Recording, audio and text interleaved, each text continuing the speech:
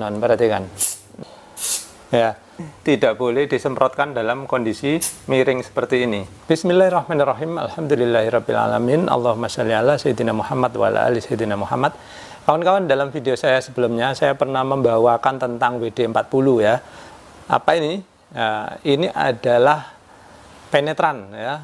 Jadi terutama yang ini ya. Yang ini adalah penetran yang mana seringkali digunakan orang-orang untuk melonggarkan ini ya, seperti baut yang susah dilepas kayak gitu ya, kawan. Kemudian memperlancar roda atau bearing ya, atau engsel kayak gitu. Jadi caranya tinggal disemprotkan gitu, maka dia akan keluar seperti minyak gitu ya, kawan.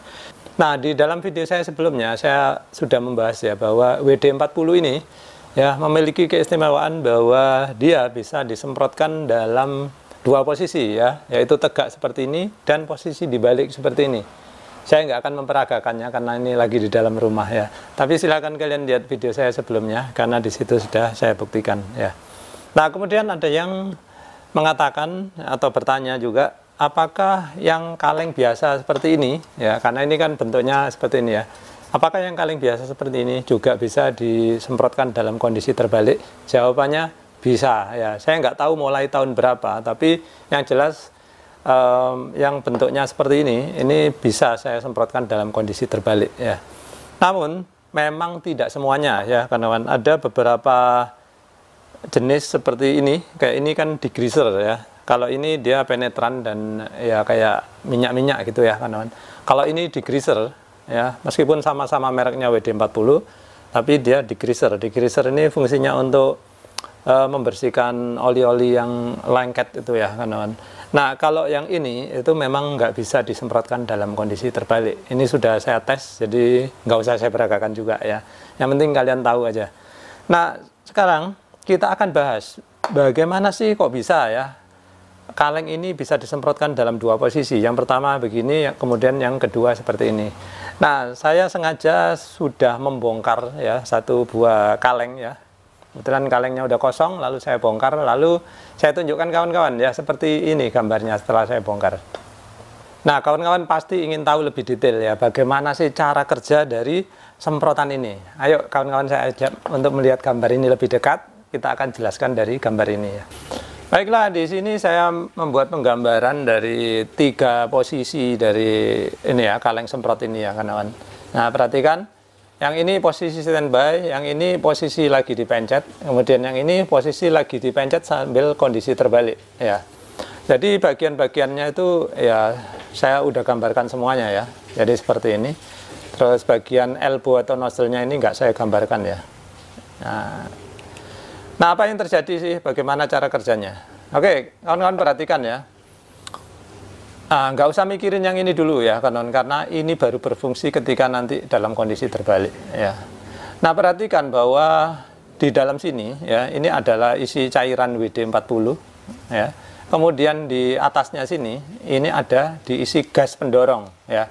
Nah, gas pendorong ini terbuat dari atau diisi dengan CO2 bertekanan.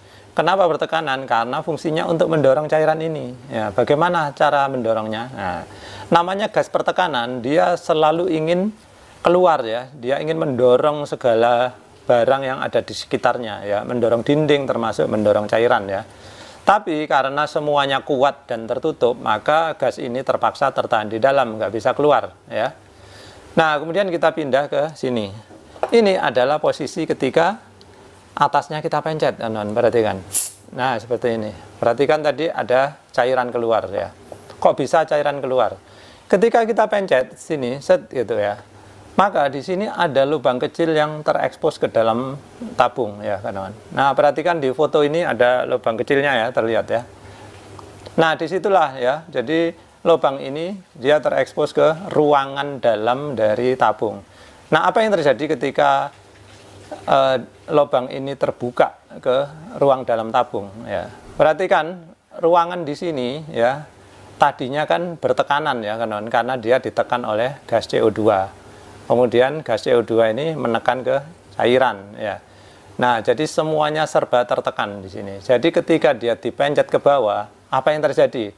Maka semua hal yang di sini ingin keluar ya. Nah, gas ini sebetulnya ingin keluar, tapi karena gas ini di bagian bawahnya dia tertutup oleh cairan ya, maka mau tidak mau dia harus mendorong cairan ini, sehingga cairannya lah yang terdorong keluar melalui ini ya, melalui pipa kecil ini terus masuk ke dalam. Nah, lalu keluar. Nah, seperti itu ya, kawan. Nah, sampai di sini saya jelaskan apa gunanya bola ini. Bola ini sebetulnya baru berfungsi di sana.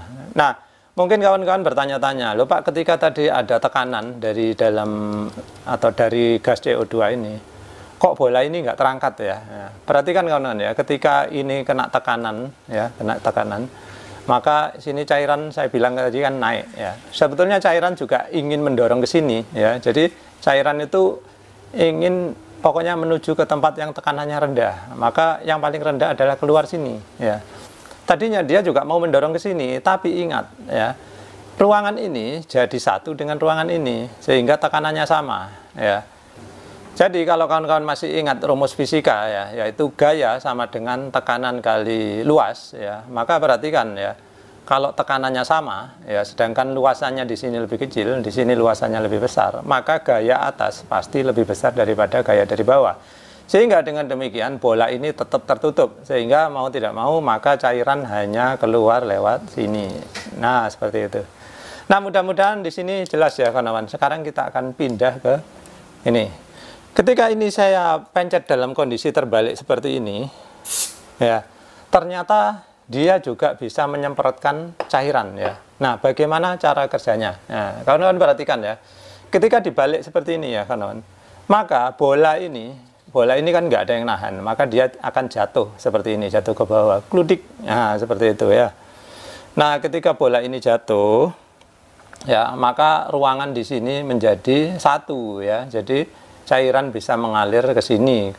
Nah, cairan kan selalu berusaha memenuhi semua area yang ada di bawah ya, kawan. Karena di sini terbuka, ya, maka cairan lewat sini. Nah, apa yang terjadi ketika di sini kita pencet ya? Maka ketika sini kita pencet ya, maka di sini ya tekanannya menurun ya, karena tekanan di sini kan keluar ke sini. Karena tekanan di sini menurun, ingat ya, tekanan gas di sini kan tekanannya tinggi. Maka gas ini akan mendorong cairan yang ada di sini ya. Ketika cairannya terdorong ke bawah sini ya, maka satu-satunya jalan keluar bagi cairan ya lewat sini ya kawan. Nah, seperti ini. Ya, akhirnya lewat pintu kecil ini, nah, terus keluar. Nah, seperti itu ya. Jadi seperti itulah cara kerjanya ya, sehingga kaleng WD ini bisa disemprotkan dalam kondisi tegak begini ataupun dibalik seperti ini. Nah, kemudian kenapa WD-40 ini tidak boleh disemprotkan dalam kondisi miring seperti ini ya?